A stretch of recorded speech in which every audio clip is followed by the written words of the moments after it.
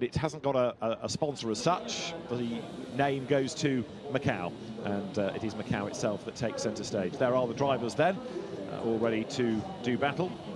Jack Beaton, the Australian, Arvin Lindblad there, the officials. And Freddie Slater, along with Charles Leung. Some nervous, some eager to get on with it. Vivian Su.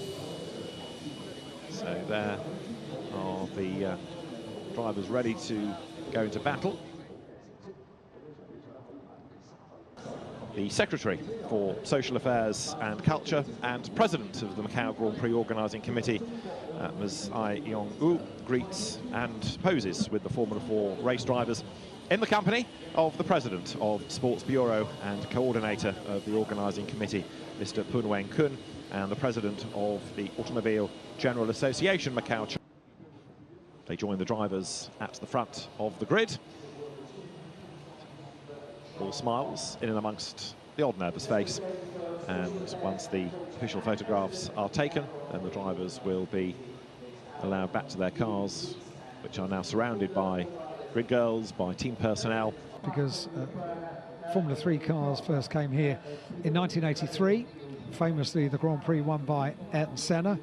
Ayrton Senna is honoured around Macau, not just this weekend, but all the time. And very proud, I think, Macau is that Ayrton won the first Formula 3 race for the Macau Grand Prix here at Macau. But it was a voyage into the unknown to use Formula 4 cars after so many years of Formula 3, and they worked. From year one, 2020, they just worked. And now as drivers begin to get themselves ready, gloves on, helmet on, they'll be strapped into the cars. We are on the final countdown to get this 12-lap race underway. Bianca Bustamante is popping the hair down the back of the overalls over the balaclava. Does up the race overalls. Helmet will go on, hands device as well attached to the helmets.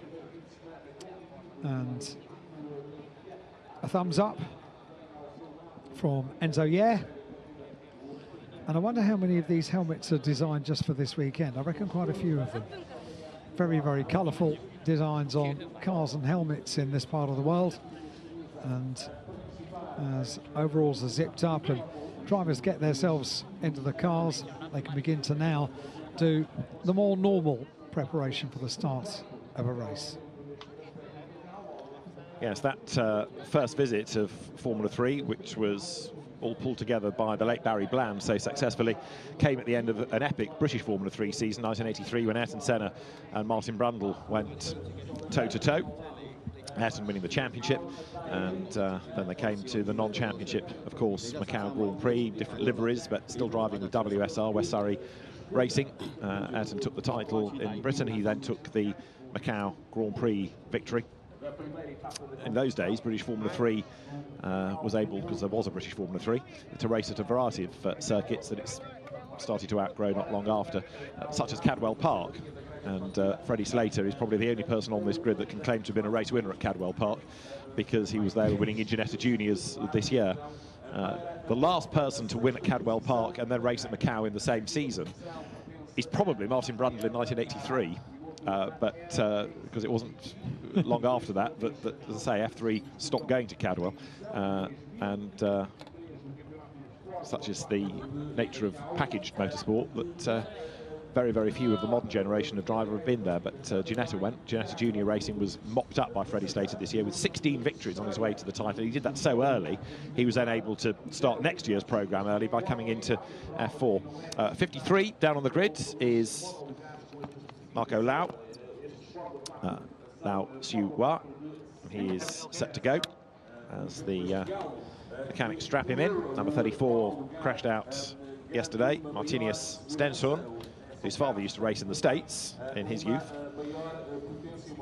And that car is going to be on the 10th row, along with Hadrien David, who was another driver in the wars this morning. There he is in the Kodak colours on his overalls. Hadrien David, the 2019 French Formula 4 champion. So for him to be in the wall this morning came as a bit of a shock.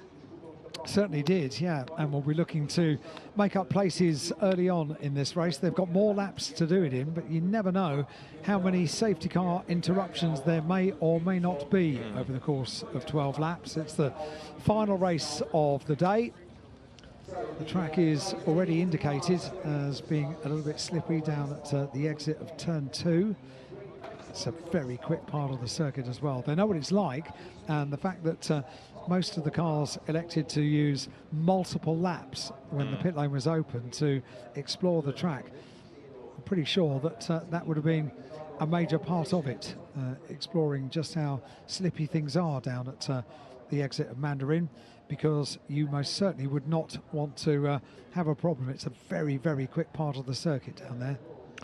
Yes, very true indeed. And of course, there are very few people other than Charles Leung at the pointy end of this grid with much circuit knowledge, because traditionally, you know, a junior category like this, people come into it, if they're good, they move on and up. As Alan's made the point, the last few years, F4 has taken centre stage because of the travel restrictions. But Charles Leung has got two very quick teammates that somehow he's got to try to find a way past.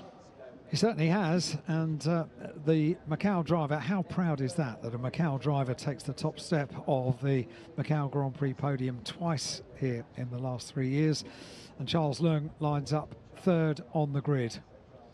Very proudly with the Macau flag alongside on the timing screen. That will also appear should he be on the podium, at the back of the podium, because now on the back of the podium after last year we have a huge LED screen. It shows the flags of the nations, and it also shows the action, which is soon to get underway.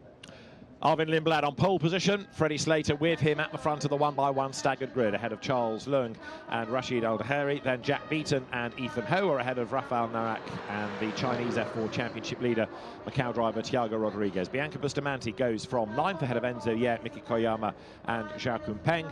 Then it is Chu Ka Kam and in number 4, Marcus Chung.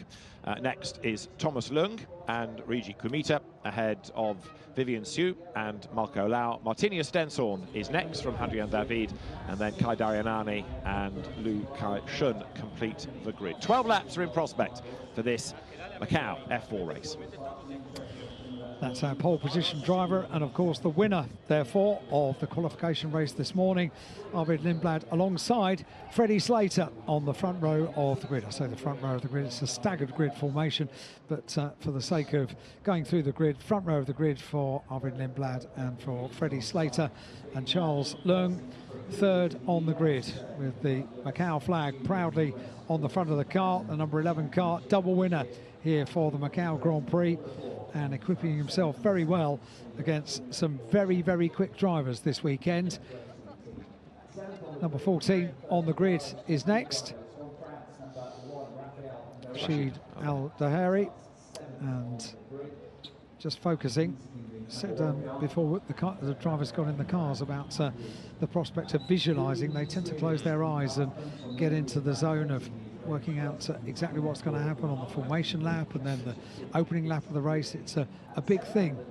Yes, you kind of think the drivers have nodded off, but they're thinking their way through a lap as don't approach while they're doing it. No, quite. That's what I've learnt over the years. Tilt over to see Ethan Ho there for Team KRC, a driver that's done quite a bit of his racing in America in Formula 2000, but the driver from Chinese Taipei coming back into F4 style cars for this weekend, and that's number 1 of Rafael Narak, whose father Raymond was a Le Mans class winner in the IMSA MacBook Porsche days that he used to share with the likes of Patrick Pilet, amongst others.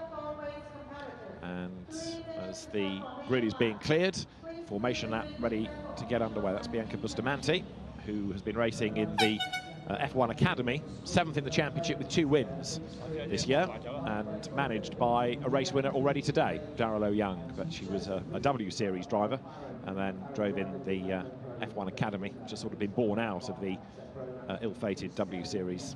Most recently, Filipino driver she is. So with the lights flashing as the car's engines are fired, the grid is being cleared, and very shortly they will be allowed away for that formation lap. Can I put you on the spot for a winner?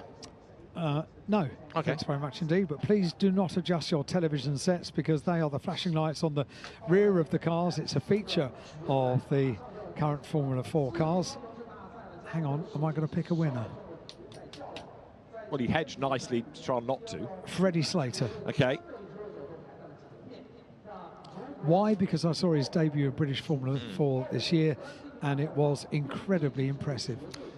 It would be a very good story for the Brits, as it would be if Arvin Lindblad were to win it, because he is a British driver also, and I suspect that he's probably just going to shade Freddie, if only because he's got a bit more F4 experience, whereas Freddie has had to come from a closed Ginetta Junior into this. Not saying for a moment that he's not made the transfer very well. He has. He's been exceptionally impressive for a limited season. But Arvin Lindblad has just got that little bit more experience of single-seaters, and maybe that's just showed in the qualifying race this morning. Anything can happen at Macau, and we're about to see that over the course of 12 laps around the gear circuit for F4 cars. The Macau Formula 4 race is very soon to get underway. The klaxons sound. The last few members of the teams that are directly responsible for the starting of the cars run off the grid. The last few camera crew run off the grid as well. And now this is just normal life for a racing driver. It's what they're used to, left alone with just the driver and the machine, and 12 laps ahead around the gear circuit. What a treat for these drivers. But what pressure for these drivers as well, because Macau can make careers, can't it? Win here, do well in the so-called Macau test, and it is absolutely huge to put on your CV. And whether it's in F3 or F4, then these drivers, if they come away from this weekend saying, I was on the podium, I won the Macau F4 race, then that is going to put them in a really strong bargaining position for a drive for next year, for the year after, for the year after that. The formation lap is about to get underway. We have got 22 drivers set to take on the Macau F4 race. That green flag sends them away to put the warmth into the rubber. One more lap before we go racing, and then we're going to crown a Macau F4 race winner in the biggest F4 race probably in the history of the category in terms of an international shootout. We've got a couple of cars that don't want to get off the line, and if you are last away and everybody else has gone past you, you should not overtake to get your grid position back. I think everybody has got away. Yeah. And the last car on the grid was the last away. In other words, Liu Kai-shun was at the back, so therefore everybody is away and is able to take their grid position as you look down onto that bit of speedy dry coming out of Mandarin, and they've got to be mindful of that on lap one as well. You're aware of the gravity of this event, aren't you, as you have all of that build-up, and now just this moment of solitary car and driver as they make their way around the circuit to get heat into the tyres. They're coming to the point now which is a bit more difficult to weave the cars because the circuit gets ever narrower and the barriers kind of beckon you in to get closer and closer, but not close enough. They are not very forgiving, the barriers here at Macau, and nor are the walls. They don't give, not 1 inch. No. You cannot afford to make a mistake at Macau, and every single one of these drivers knows that. Some of them to their peril over the course of the last 2 days. Now they are about to start with a clean sheet, the start of a 12-lap race around the Macau circuit. Talk about the drivers getting nervous. Get fairly nervous myself. Are your tyres warm? Are you ready to go? My boots are ready to go. You've got grip, you've got grip, that's good. So as the drivers then come towards the police and Moorish, jinking left and right, even if it's not a full weave, just that movement, getting the tyres a little bit warmer, and of course getting the pressures up as well, because it is not only that you go into battle, of course, on tyres that you need to be warm, but you're going into the first 3 corners, which are blindingly fast. That is not only not a place for the faint-hearted, it's certainly not a section of the circuit not to have traction. It's not the place for the faint-hearted and not the place for cold tyres. No, indeed. Particularly we've got this slippery surface on the exit of Mandarin, so be careful everyone. Let's see just what a clean race we can have for the Macau Formula 4 race. Pole position, Arvin Lindblad, the race winner from the opening race of the day for the qualification race. That was only 8 laps, so an extra 3 laps for, extra 4 laps for the race this afternoon. Yeah, it should have been 9, but because of the interruptions, it ran out of time. That's right. So the checkered flag came out at the 25-minute mark, which was the allotted time. This is a 40-minute time point for this race, so it is going to be 12 laps or 40 minutes, and therefore the expectation is that we get it all in. But as the cars come to the grid then, Arvin Lindblad with the Prema Ran car for pole position, Freddie Slater second on the grid. Charles Lung knows what it is like to be on the top step of the podium here. Can he do it for a third time? Do you know what I always wonder? I wonder when you see the pole position car weaving the car really a lot from side to side, why you would follow and not do the same? Because you so often see it, don't you? Maybe you get to the 5th or the 6th car and they're just going straight. Yes, yes. I'd take my lead from the pole position car, because those tyres are well up to temperature now, aren't they? They are indeed. So to differentiate the Prema cars, with the yellow roll hoop, it is Arvin Lindblad. With the red one, it's Freddie Slater.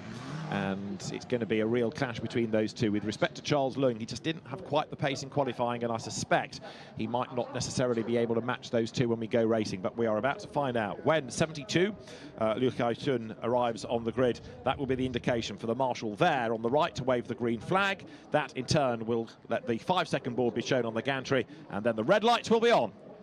And we are about to get our 12-lap race for the Macau Formula 4 race underway. The red lights are on, they go out, and a very good start from pole position for Arvin Lindblad. Gets away, gets off the line well. Everybody else jostling for position as they go on this all-important run down ultimately to the overtaking position. Look at them all sorting themselves out in order.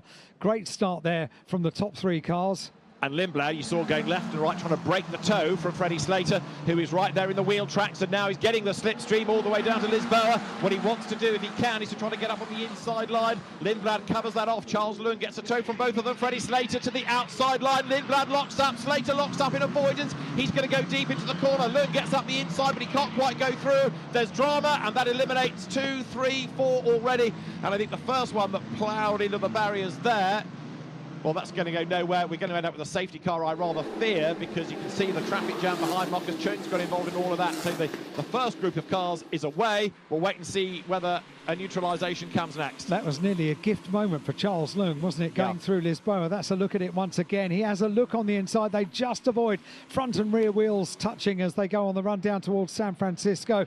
And this is where the car park started. Everyone else trying to funnel through the pinch point. Mika Koyama, number 8, was the one that got sideways and ended up in the tyres and then got collected. So the safety car, I think, is going to be deployed here. We'll see, but it's on standby as the leaders come through, and Lindblad is getting away from Slater. I think Freddie was, he kind of got it to work because he forced an error out of Lindblad. He got him to lock up, but because he was on the outside, he couldn't slow down in time and get the undercut. Yeah. That's what opened the door for Lung. It was, and we are going to require a lift. There are multiple cranes down there at Lisboa, and for a very good reason as well. Yeah. It's not unknown for cars to, it's a lot tighter than you actually think, and I've said this a few times during commentary today. I did a little track walk down to Lisboa the other day and was really surprised just how tight it is as you turn into the corner. It's incredible. We take for granted that 9 times out of 10 everyone safely gets through the area. We've got a safety car deployed because we've got cranes in place, and they are trying to clear Lisboa as quickly as possible. But that was very exciting from the top 3. Yeah. An opportunity shown there by Charles, shown to Charles Lung. Freddie Slater was brave, wasn't he? Knew he had to have a go at the start of the race, and that's the place to do it as well. So Arvin Lindblad will lead them across the line at the end of lap 1 with Freddie Slater and Charles Lung in 2nd and 3rd places. Now, this could be the dream result for Prema. In a sense, they don't mind which driver it is, but a 1, 2, 3 would be absolutely spot on. 4th is Rashid Al-Khairi, 5th it is Jack Beaton, and 6th is Ethan Ho. Rafael Narak 7th, Thiago Rodriguez 8th, Enzo is 9th and 10th. Now, that's good progress. From 19th on the grid to 10th in a lap, Martinius Stenzel. Okay, I know a few tangled, and he got a sort of lucky run through on the inside, but he did that absolutely right. In 11th place, it is Chui Kar Kam. In 12th place, number 22, which is the Thomas Lung car ahead of Marco Lau from the rear of the grid. In 14th place, Kai Darianani. So he's made a little bit of progress from 21st. 15th, it is Liu Kai-shun. And then Ruji Kumita. Hadrian David was delayed, as also Bianca Bustamante. Then Miki Koyama, Zhao Kumpeng, Marcus Chung and Vivian Siu, all delayed in greater or lesser degrees by that schmozzle down here a lap ago. And look at that, clear as they go round Lisboa now. How quick was that? Multiple cars, and bear in mind that you can see a touring car go in there, get reverse, get the circuit clear. With a single seater, that much more difficult, because inevitably there's going to be suspension damage at least the front of the car. Yeah, I think had it been one, that would have been okay, but 3 or 4 to retrieve, slightly more difficult. Good work, that wasn't it? Absolutely. So the safety car should be in this time, and we can go back racing. And this is where Freddie Slater needs to be on his toes, because he gets another run here at Lindblad all the way down to Lisboa. But again, even on that start, you know, Arvid looked the stronger. He knew what Freddie Slater was going to try and do to him, and he put the car exactly where it needed to be, in the middle of the road. So Lisboa is just in front of the Grand Lisboa Hotel, and if ever you wanted to make sure of attention over the course of the weekend, it is to get your name on that corner. Yes. Because Lisboa gets mentioned an awful lot during the course of a Macau Grand Prix weekend. It's just the most beautiful overtaking opportunity, and the run down towards that corner is in single-seaters, in GT cars or in touring cars, is absolutely enthralling. So through they all turn. This, of course, all counting within the 12 laps within the race. But Arvid Lindblad strong at the moment then. He has been one of the leading lights this year in the Winter Series, if you like, in the UAE for F4, 5th in that. He went to race in the Italian Championship, finished 3rd, and in the Euro 4 Championship, which is a sort of German-Italian regional championship. The German series having rather expired, but enough interest in trying to keep it alive from some of the teams, and he was 4th in that as well. So he's done a lot of miles in a short space of time. Freddie Slater, who is, as Alan was suggesting, a late arrival at the F4 ball, having won the Ginetta Junior Winter Series last year and the main championship this year, then did British F4, Italian F4 and Euro F4 in quick succession in sort of September onwards. Confirmation coming that the safety car will come in at the end of this lap, so we will be racing once again at the completion of 2 laps of this 70th Macau Grand Prix weekend, Macau Formula 4 race. Now let's see what the... Now that was Freddie Slater slowing, wasn't it? Was. Charles Lung almost getting ahead of him. Slowing a lot. Yeah, because Arvid Lindblad has slowed a lot. So the leader slows them right down. Freddie Slater slowed in tandem, and I think it was Charles Lung a bit being caught out there because they slowed rather suddenly. But anyway, they've got themselves in the right order. And Arvid Lindblad almost at snail's pace. Now gets the pace up and accelerates away, but Freddie Slater goes with him, as he had to try to do. Second guess when he's going to accelerate, and although they'll come off the corner with a couple of lengths between them, Freddie Slater should be just about close enough to stay in the slipstream. Good reactions that from Freddie Slater to stay with the pole position car, and does so, turns around the final turn. They are now going to complete 2 laps, but Freddie did a really good job there. It was a little bit of an unusual, slightly peculiar restart because they all slowed so much, and Charles Lung just putting a wheel in front of the second place car was just caught out. But now Freddie Slater is making the most of it. He's right on the tail of his teammate. He's got to get in the toe now to try and do that move at Lisboa once again. Lindblad will know that and starts to try to break the toe, but Slater's got the pace and he's very definitely able to go with him this time, but he's teed up this move once already on the outside to try to get the undercut. He can't go round the outside. He's going to slow down the car, duck up the inside coming out of the corner, and he can't do it. So Arvid Lindblad stays ahead, but Slater now has got the pace and he's got the bit between his teeth. Thought he was going to have a look at San Francisco as well. He didn't. He slotted in right behind. But goodness me, this is good racing between the two of them. Charles Lung, who is the double winner here at Macau, has got a grandstand view of this. Has anyone told Freddie that you don't overtake there? Well, Lindblad made a little mistake himself by going wide, going up the hill, so it compromised the run, and that's exactly what Freddie Slater is trying to do. He is pushing, and Lindblad knows that he's got to try to defend now because he realises he's in a big battle. His teammate ain't going away, and Lindblad just ever so slightly scrappy that time on the way up the hill. This is such an exciting race between the two teammates, isn't it? Freddie Slater really applying the pressure.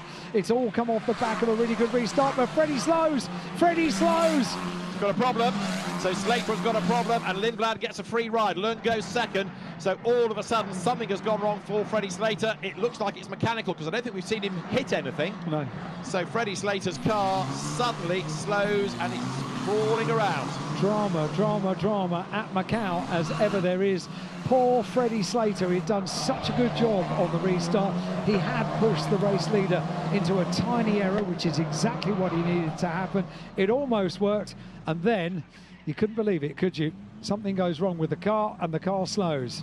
Charles Leung now in second place, and Charles Leung inheriting that second place as a result of teammate Freddie Slater having some kind of a problem. What a shame. So if the car makes it as far as the pit lane, more to do with that story might well reveal itself. But now Arvin Lindblad can breathe a sigh of relief, because he really was being given a tough time. Charles Leung second, and then it's going to be Rashid Al-Dahiri in third place. Jack Beaton, the Australian driver there in the background, is fourth as they come now over the timing line once again. So it's Lindblad with a big advantage over Leung. Certainly does, yeah. That's a gift to our race leader, isn't it? Lindblad took the qualification race win this morning. As a result of that, takes pole position. He was being really put under pressure by his teammate Freddie Slater for the lead of the race. Twice going into Lisboa, he had to really keep his wits about him to keep Freddie at bay. And then, all of a sudden, the teammate slows, and we are robbed of the race, but Lindblad is very much gifted a slightly more comfortable entry to Lisboa this time. And Freddie Slater has, I think, just made it about as far as the pit lane, as Arvin Lindblad then leads by nearly 2 seconds from Charles Leung, and then Rashid Al-Dahiri in third place. Now remember, there's only really Leung in that leading group that knows the circuit, so the others, to be either ahead or running with him, are doing a very good job indeed. Now the problem with the result sheet is it doesn't necessarily show how good a performance has been, because if Freddie doesn't win this race or finish up on the podium, his name is not there in the record books necessarily. But that was a super opening couple of laps.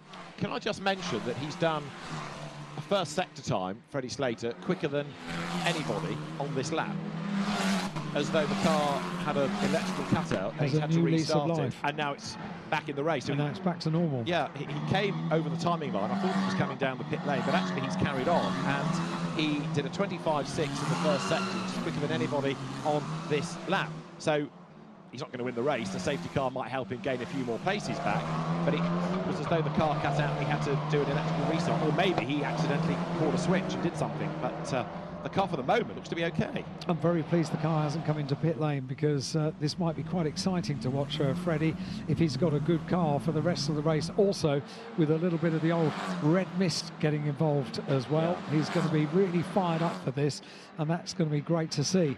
18th he is at the moment. 18th at the moment, so that's at the end of 3 laps, so 3 laps completed now. Meanwhile, our race leader, Arvin Lindblad, the winner from the qualification race this morning, has put in the overall fastest lap of the race. Well, he can now, because he is not under the pressure that he was, but we've got a safety car. A safety car is deployed for the second time. 2:26.6 is the fastest lap that Lindblad has put in, but now they're all going to bunch up together once again.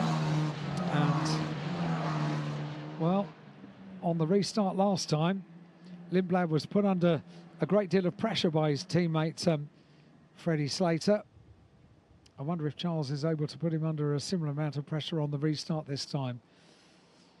So, a little bit more tricky to get the 1, 2, 3 for the team now. Very, but what did Freddie Slater do on that lap? Well, we'll know when he comes across the timing line and see if he's gained any places at all.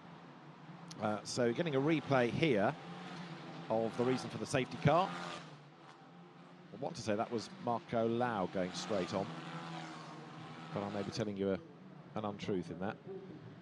So it was him, and Freddie Slater is up into 16th place, so he's gained a couple of spots. A couple of spots on that lap. It's tricky, you know, even if you've got really good pace, the amount of opportunities to get past other cars on this circuit are fairly limited. And therefore Lisboa is a great overtaking position, but when you're making your way through back markers, this element of the circuit is not the place to do it. No, it's just too narrow, isn't it? You can do some of it coming out of Malco hairpin down through Black Sands, and then the road seems to get wider and faster for the next section all the way to Lisboa. That was, again, in Freddie Slater's mind early on. Be in the tow, use that You can slipstream down there, and we saw the benefits, but then whatever the problem was, it just looked like the car may have cut out heading up the hill, because it seems to now be back at a proper pace. Arvin Lindblad did lead by 2.8 seconds, but the advantage will disappear completely now that the cars behind all catch up under the safety car like this. So exciting stuff so far. We've got 4 laps complete. We've got a 12-lap race for the Macau Formula 4 race, and now once again they know what to do. Keep heating tyres is the most important thing, and also they're going to be well aware that last time on the restart Arvid Lindblad really did slow down to slow up the whole of the field, and maybe left some of them a little bit confused just how much the field was slowed down. Indeed so, but the other fight I think we're going to keep an eye on when we get the race back underway will be third, the last place on the podium. It could be Rashid Al-Bahiri, who we've seen this most recent season racing again in the Italian Championship. He was 10th in that, but also Jack Beaton, who again has been in the Italian Championship and Euro F4. He's been a rapid Australian Formula 4 racer and kartist as Jack Beaton. He drives for the AGI Sport team. But bearing in mind that he was quick on Friday in free practice until he crashed, the podium would be a good way to round out the weekend. It most certainly would, wouldn't it? And I'd like to have a look at that Italian Championship, because it seems to attract some jolly good drivers. Yeah, it does. Yeah, yeah. They go to some good venues, and it's positioning itself now really as the mainland Europe Championship. And such is the popularity that Euro 4 Championship to go elsewhere, to Germany, for example. Spain's quite strong as well. But yeah, the Italian has always had a good reputation, and some good teams there too. British one was looking pretty good for international drivers this year as well, wasn't it? You can tell, because on the timing screen you get the flags of the nations of the drivers, and it was for the first time that we had that this year, and it really did it reminded me of British Formula 3 back in the 1980s and 90s, when drivers came from all over the world. It was the place to come, wasn't it, to the British Championship, and now maybe that's happening for British F4 as well. And of course it had a race on the Grand Prix circuit at Silverstone, didn't it? So it was giving the drivers in that a taste of what a Grand Prix venue is like, and really star billing as well. They became the headline act, and it was very impressive, because one of the drivers that won over the course of that weekend on the live stream television got out of the car, and when asked how he felt, used the sort of language that maybe he would use to his friends rather than on the television. So it's a learning curve in Formula 4, isn't it? They need a good media trainer. Unfortunately, I was the media trainer. Oh, I see, right, okay. So we merely used him as an example as the year went on. What you don't do. That's it. He took it all in very good taste. Right, we've done now 5 of the 12 laps in this second safety car period, and the cars now make that run to Mandarin as their Marco Lau walks away from the car. Gets into the recovery vehicle and is about to set off on his way with car on board, and that means maybe we can get this race back underway fairly soon, because we've got 5 laps complete. We've got 12 laps in total, weaving the cars now from side to side to get as much heat retained in the tyres as possible. Now the leader of the race starts doing the same as well. Charles Leung has been weaving the car for quite some time, and now this time Arvid Lindblad sticking right to the back of the Lamborghini as they go around Lisboa up towards San Francisco Hill, and now onto the tight stretch of the circuit. The safety car driver and that Lamborghini been pretty busy today, over the course of today, leading every race. Yeah, every race. Every race has been out of the car. I'll be low on fuel now. Yes. New set of tyres needed for tomorrow, because it's had some abuse, had some hammer. Right, Arvin Lindblad versus Charles Leung for the lead. Rashid Al-Bahiri versus Jack Beaton for third. Ethan Ho is fifth and Rafael Narak sixth. And Martinius Stenson deserves a big hat tip. 19th he started and 7th he is now. Well, we did rather wonder, and he needs a bit of luck, because luck has not been on his side yesterday or today, but speed certainly has over the course of these 2 days of the opening weekend for the 70th Macau Grand Prix. I love Formula 4 cars around this circuit. They just look good, really good. Martinius Stenson, just to make the point, was a F4 racer last year, but in the Italian Championship, should you be asking. took a race win, 7th in the series. Yeah, but this year he's been racing something a bit more powerful. He's been in the Formula Regionale Championship. He took a pole and a win first time out at Imola. 4 wins during the course of the year. Runner-up in the championship. Now, Formula Regionale, which is a sort of merger of Formula Regional and Formula Renault Euro Cup of years past, is a very competitive championship. Split qualifying into groups, really tough championship. So to be the runner-up in that in your first full season in it is impressive, and he's showing that racecraft here by, as we say, being up into 7th. And he's not done yet. This safety car will help him because it bunches up those ahead. Certainly will. Yeah. So 7th place from what, 19th? 19th on the grid. That's a good Sunday's work, isn't it? Yep. At the end of the day for Martinius. So let's see what the journey is going to continue to do, because we are not yet at half distance. We will be at the end of this lap. We are on lap 6 laps completed at the end of this lap, and that is the recovery of the reason for the red flag. That's now COR and the Hong Kong driver's car and the Hong Kong driver as well in the recovery vehicle, going back to base now, back to the paddock, and with the Lamborghini leading the field round for the Macau hairpin, we could well be getting this race back underway. Indeed so, and the lights staying on for the moment, so I rather fear one more lap. But I think so, because of the amount of distance the recovery vehicle has got to cover, I'm afraid. So it might be just one more lap. It's a really tough one sometimes for the race officials, because you want the safety car to go quickly enough to enable the drivers to maintain a sensible temperature in the tyres, but not so quickly that it's coming round so often that you're losing laps under the safety car, even on a long lap like this. So one more lap then behind the safety car. That puts 6 in the book, and we're at halfway now. And they know where the recovery is taking place, so they've seen that the recovery vehicle is on its way. So they know now to get even more heat into the tyres and to weave the car a little bit more oil, or something slippery is down at that corner as a legacy of that incident. So the slippery surface flag is being displayed. The marshals work, you can't see it because it's just behind the fence there on that camera angle, but that was the one thing that we didn't think about. We just thought the car had been recovered and therefore we could get the race back underway. Not until we get the slippery surface dealt with. Now the marshal heading off, I think, for some more speedy dry to put down on the liquid. So fingers crossed, this will be the last lap. They're all frantically working as quickly as possible to sort out the circuit, and then the race director, if he's happy, can give the call, and we can get the race back underway then for the resumption of the Macau F4 race. The slippery surface in that incident area confirms that the teams are aware. They can tell the drivers that, and we'll be back racing as soon as. So was that the reason for the incident, or as a result of the incident? Because it's at 2 places, isn't it? I would have thought it was a result of, frankly. Yeah. What we now want is the lights to be extinguished atop the safety car, which is the sign that it will be coming in at the end of the lap.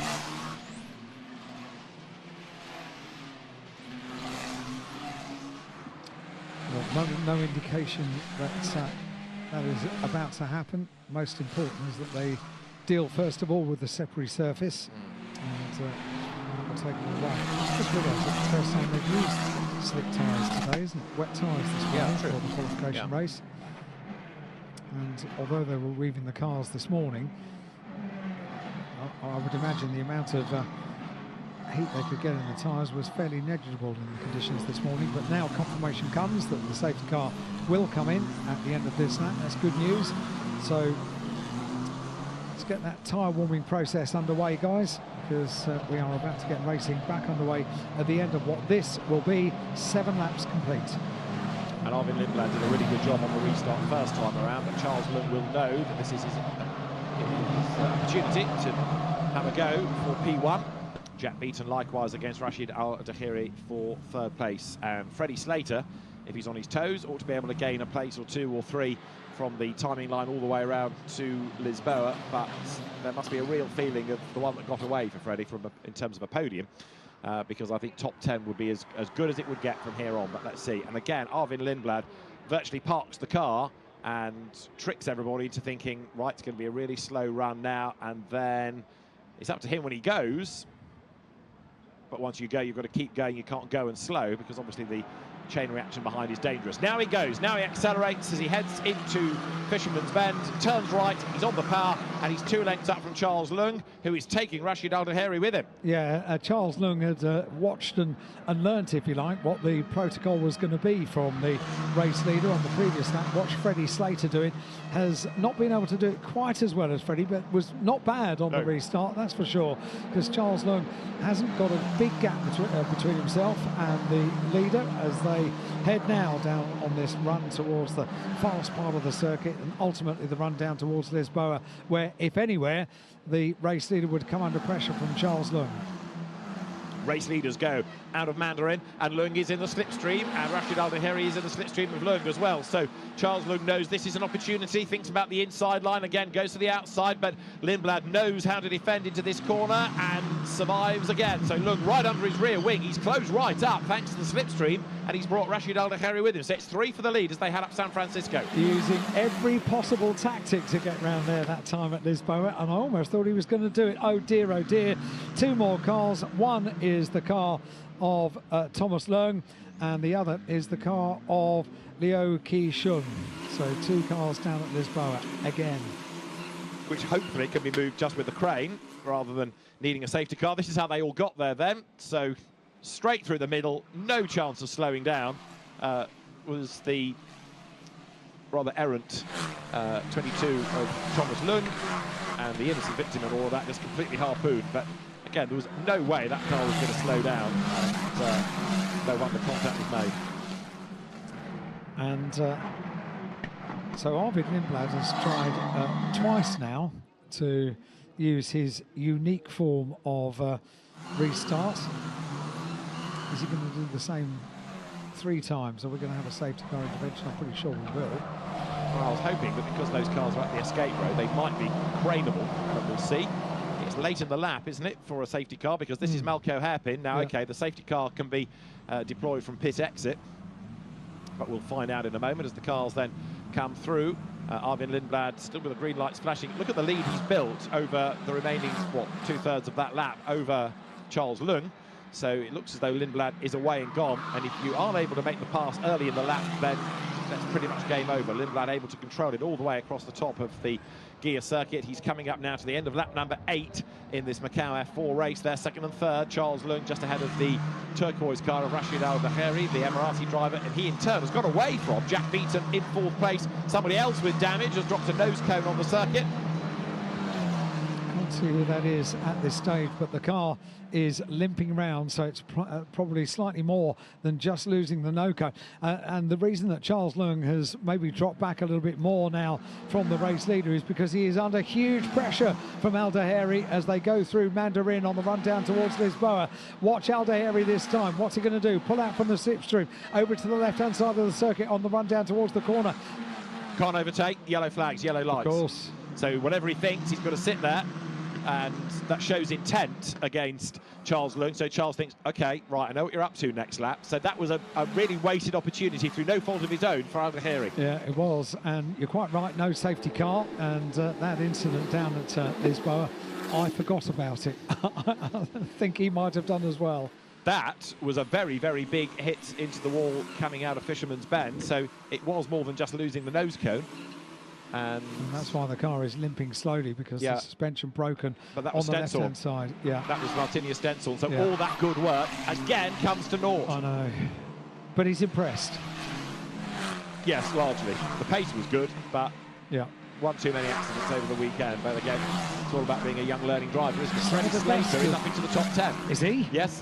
Woohoo! And I said 10th was as good as it might get. Well, he's not done yet, so Hadrian David is his next target. Freddie Slater 10th. That's pretty good, isn't it? Pretty good. Now, I wonder, is that yellow flag going to be in at Lisboa this time when they come round? Yellow flag immediately on the timing screen says yellow flag at turn 3. So answer, no, not yet. But, they've got a bit more time. Yeah, around Donna Maria they go. They've got the Velcro hairpin to deal with before the circuit opens up and gets quicker and quicker. And that is ultimately the run down towards that overtaking opportunity. Aldeheri right on the tail of Charles Leung, the double winner of the Macau Grand Prix, as they go around the hairpin. And now the circuit opens up. Now the speed goes down, and already the race leader is out of shot, because this battle for second place could well be a three-car battle before too long, couldn't it? Because Jack Beaton is closing up onto the back of Aldeheri as well. That's our race leader. And once again, like it was in the qualification race this morning, very, very impressive for Arvid Lindblad. Up towards the line they go. 9 laps completed now for the race leader, and we are green flag down at turn 3. So now maybe a change for position potentially for second place is more on. So Aldeheri gets into the draft, doesn't he now, and stays in the slipstream. Jack Beaton has caught back up as well, looking 4th place, so possibly helped by this squabble going on ahead of him. Down they come then towards Lisboa, and the yellow light there just blinks off, but down they come into the braking zone. I don't think Aldeheri is going to be able to commit, but look what's going on behind for 5th. Ethan Ho versus Rafael Narak. They were side by side. Freddie Slater has just done the fastest lap of the race, by the way, in 10th spot. So he's continuing to push as the 2nd, 3rd, 4th fight heads up San Francisco. This time around, this being now lap 10. Aldeheri was not quite as close that time as he was on the previous lap, which is unfortunate for him, because on the previous lap there was a yellow flag at Lisboa. This time there wasn't, but wasn't quite as close. I wonder if some of that is because Jack Beaton has closed up right on the back, so not just a question of attacking, but also a question of defence as well for Rashid Aldeheri. And closing up onto the back of Charles Leung. Now they're on the twisty part of the circuit. But fair play to Freddie Slater after a problem that we can only assume is some kind of electrical problem. The car slowed right the way down from 2nd place, dropped all the way down to 18th place, and now the recovery drive is quite impressive. The 2:24.978 is the fastest lap of this race, the only car to duck down into the 2:24s around the gear circuit here at Macau. And now we do have a 3-car battle for 2nd place and 3rd place, because Jack Beaton is closed right up on the back of number 14, Rashid Aldeheri. As Arvid Lindblad continues to build that lead. So yeah, Beaton closing on Aldeheri, who in turn is right there on the back of Charles Leung, and he's got a bit stuck, hasn't he? He's not been able to make a pass, but Charles Leung doesn't have the pace to get away either. So down they come through Black Sands towards the completion of this 10th lap of the Macau F4 race. There's a yellow flag at turn 18 as well, so there's been another drama. And that drama has happened coming through Donna Maria. That is turn 18. So there it is, another car off the circuit, and 96 brings out the safety car then. So the safety car is deployed for Xiao Kun Peng, and that is a 3rd safety car period. And you know what I'm thinking. They might not have enough time left to get this back underway, because there are 2 laps to go now. Yeah, they're on lap number 11. 10 laps completed now by the top 8. And yeah, with safety car deployed and a car stricken on circuit, Freddie Slater makes up 1 place on that lap, so up into 9th place. Great drive, great recovery drive for Freddie. The pace is never in question, is it? No. Trouble is, the safety car, I think, missed the leaders, and so it's there, look in the background with the lights on green, saying to the others behind, you can go past, but by the time they've gone and they've scooped up the leaders, it's all going to be too late. So here is how we lost Xiao Junpeng. It was coming through police towards Moorish, and bang, into the wall. Good avoidance by the following cars as well, because you don't expect to come around that corner and find the tail end of a Formula 4 car just sticking out from the barrier. So good driving, good anticipation. What do you do now if you're these top 4 but go slow? And yeah, I mean, you back off and you obey the flag signals and you look for the safety car. You don't know where it is. You can't look in your mirrors for it, can you? No. Because that's where it is. Exactly. But the safety car, in a sense, if this were a wider conventional circuit, it could speed up and try and overtake the leaders. But around here, that's too risky. Yeah. Yeah, you're absolutely right. It's got the power, hasn't it? It has got the power. But Betty's tempted. What it means is that it's going to be quite a lot of unravelling, and so the race is going to end under the safety car because we're on lap 11. Most definitely, yeah. So we've got a result, I'm afraid. We have a result. Into police they go, and well, we have got a result because one of the cars could do what Freddie did and have some unfortunate problem and then not get to the conclusion of 12 laps. Yeah, I'd love to know exactly what that was. He didn't pit, carried on, and clearly 9th. He had done the fastest lap, although Arvin Lindblad won that back last time. I don't think Freddie Slater will get to the press conference, of course, for being 9th, but those are the people that will know ultimately. And Rossan standing over his engineers, looking at all of the data, and he's the person to try and ask post-race, no doubt. Technology is wonderful. I love it. I use it as part of my everyday life. It can be terribly frustrating sometimes, can't it? These are pretty technologically advanced cars for what is essentially the first run on the Slicks and Wings ladder to Formula One. And so, as Arvin Lindblad comes down through Fisherman's Bend, he's about to start the last lap of the race, still looking for a safety car. So essentially he is the safety car. He's also the race leader at the moment, and that's Arvin Lindblad, who has not put a wheel wrong over the course of this weekend. Next weekend, for the Formula 3 Grand Prix, there will be a virtual safety car, and that kind of gets away from these problems because you don't have to get the safety car anywhere with a pack of cars. You just slow people down, clear the incident, and assuming it's not too long and the tyres have dropped in temperature, you can let them go again. Or at least by a virtual safety car or a full course yellow, as it's called in other categories, you can slow everybody down and then deploy the safety car at your leisure. In a short race like this, maybe leisure is something that you don't have, but in the end, these drivers are now going to head to the checkered flag this time in the season. And so, Arvin Lindblad won the qualification race today. He put the car on pole position in qualifying yesterday, which was a thrilling final 10 minutes to the qualifying session. Through Lisboa, he leads the field. Charles Leung finishes up in second place with his teammates ahead, double winner of the Macau Grand Prix. And third is behind Charles Leung, going to be Rashid Al-Tahiri.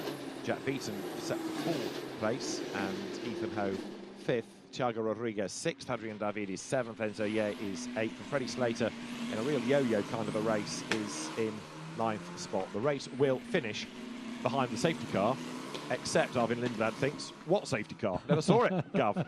Well, we've seen drivers being shown little videos on phones when they got back to the pit lane to explain the excitement that happened earlier on in their race, things that they wouldn't have been aware of. Adam Christodoulou in the GT4 race had a very, very, very near miss behind him as he went into Lisboa. Didn't know anything about it really until he was shown on one of his team's mobile phones, probably a screen grab of the television set, and showed him, and the look on Adam's face when he saw what had gone on behind him. And probably the same is going to happen as far as the race leader is concerned. Where was the safety car? Let us show you. It was there, but it was just a little way back. And so, assuming the role of safety car leading the field is Arvin Lindblad, who in fairness has had the perfect weekend this weekend. I was just going off on a tangent. I was at a race in Austria last year where there was an incident on the first lap of the GT race. The safety car was deployed, and one of the cars involved in the incident got going and was rather delayed. And so at the end of the next lap, the safety car, to avoid the incident, brought the field through the pit lane. The car in question was so far back, it did not see everybody else go through the pits, came hammering over the line, hunting down the pack for the safety car, and took the lead. It overtook the safety car, which was still trundling through the pit lane. And mayhem broke out in trying to understand, first of all, how the car had got the lead, because that's not the sort of thing that a timing screen necessarily shows. And then, how do we redress this? What penalty can we give? Because it's technically overtaken the safety car, but the safety car was in the pits. So anyway, we kind of got there in the end, but it was one of those situations that took a lot of unravelling. And when the race director sends you a WhatsApp message saying, how is that in the lead? You realise that it's a troublesome moment. Anyway, the Macau F4 race will be won by Arvin Lindblad from Charles Leung and Rashid Al-Tahiri. It's a shame it has to end under the safety car like this, but that has been the situation. But Arvin Lindblad deserves that win because he has put in a really outstanding weekend. Certainly has done. The pace car did, the safety car did peel off into the pit lane just there. And then we have our race winner. So the winner of the Macau Formula 4 race for 2023 is Arvid Lindblad. He won the qualification race this morning. He took pole position in qualifying yesterday afternoon. And now he takes the win of the big one, the main race of the first weekend of the 70th Macau Grand Prix. Arvid Lindblad takes the win and takes the applause of the crowd, and so too a very happy team for the first time today. There you go, it was worth getting up early, wasn't it? First race of the day and last race of the day, and it has gone very, very well for the team, and so too for Arvid Lindblad. He takes the win. Double winner of the Macau Grand Prix, Charles Leung, completes the race in second place, and Rashid Al-Daheri in third place completes our podium. Jack Beaton missing out. He's fourth ahead of Ethan Ho, and Thiago Rodriguez, who I've kind of talked up all weekend, and I feel a bit of a fraud in a way, because Thiago never quite clicked in the way that he has in the Chinese F4 Championship. But, I mean, sixth place is not bad, but he wasn't really able to take it to the international drivers. And Ethan Ho, even though he is from the region that races mainly in America, doing a good job to take that fifth place. Freddie Slater ninth, and oh, what it could have been. Yeah, that's a superb comeback, but unfortunately, I think we can fairly confidently say a problem. It was nothing at all to do with Freddie. It was a problem with the car, but we don't know for sure until we get the final verdict from the team. The only thing I can think of is if it wasn't an electrical glitch, that maybe he just touched a switch or something, but you know, we won't know until post-race. But either way, it was superb before that problem, the performance from Freddie, and exciting. Having a look down at Lisboa twice, once after a safety car restart, once at the start of the race, but also the recovery drive from 18th place to 9th place, so finishing in the top 10. Well done, Freddie, once again proving that you are certainly one to watch. Well, I suspect we will see him again at Macau, probably before long in a Formula 3 car. But Freddie Slater doing a very, very good job indeed to take ninth. But Arvid Lindblad, who also has his sights to move on and up, and I think we said on the grid, did we not, that he's a Red Bull athlete? Well, a win at Macau gets the attention of Helmut Marko, and that perhaps puts him in an even more prominent position for his Red Bull ascendancy to wherever that takes him next, possibly towards Formula Regional or Formula 3 for next year. But a mighty drive by Arvid Lindblad, and the cars then come through Melco hairpin right now and towards Parc Fermé, where already the scrutineering officials await, and so too for the photographers. There'll of course be the podium for Arvid Lindblad, for Charles Leung and Rashid Al-Daheri, and then the drivers will head to the press conference and the celebrations then will get underway, and the hard luck stories will begin. It's an echo.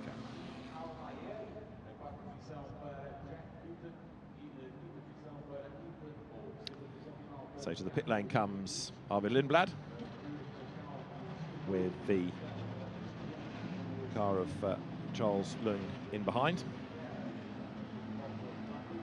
And then Rashid Al-Daheri taking third place.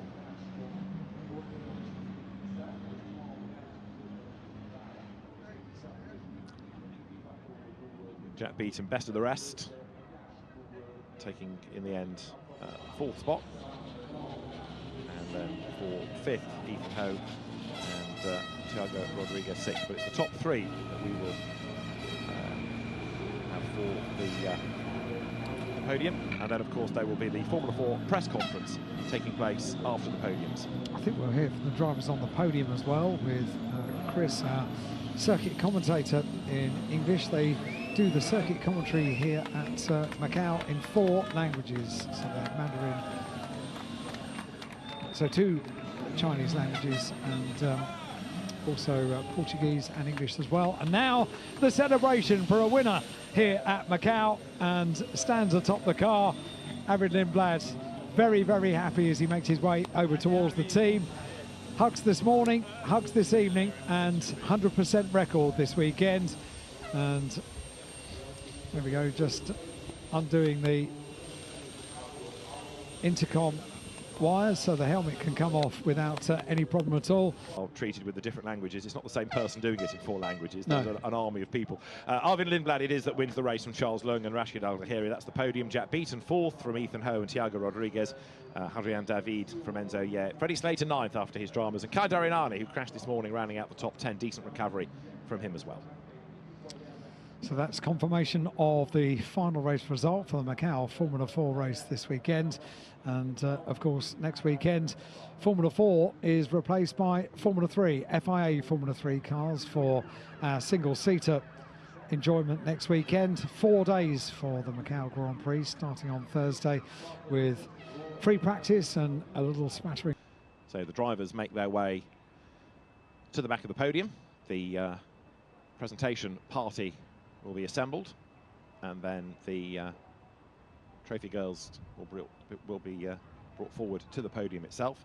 Fastest lap of the race also went the way of Arvid Lindblad in the end. So pole, win, fastest lap, the triple whammy, illustrating his ability, his dominance, and his ability to not only fend off the opposition but also cope with the interruptions and the restarts. To the 70th Macau Grand Prix, here comes the trophy presentation ceremony of the finale race of this weekend, Macau Formula 4 final race. First of all, let's welcome our top 3 finishers to the podium. The second runner-up, number 14, Rashid Al-Dahedi from UAE. And the first runner-up, number 11, Long Han Chiu from Macau, China.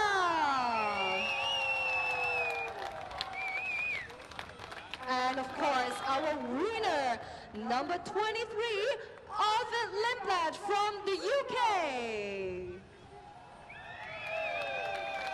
Congratulations to the top 3 winners.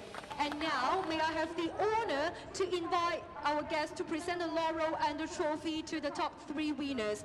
Let's welcome Ms. Ao Yang-Yu, Secretary for Social Affairs and Culture and President of the Macau Grand Prix Organizing Committee, to present the laurel and the trophy to our top 3 winners.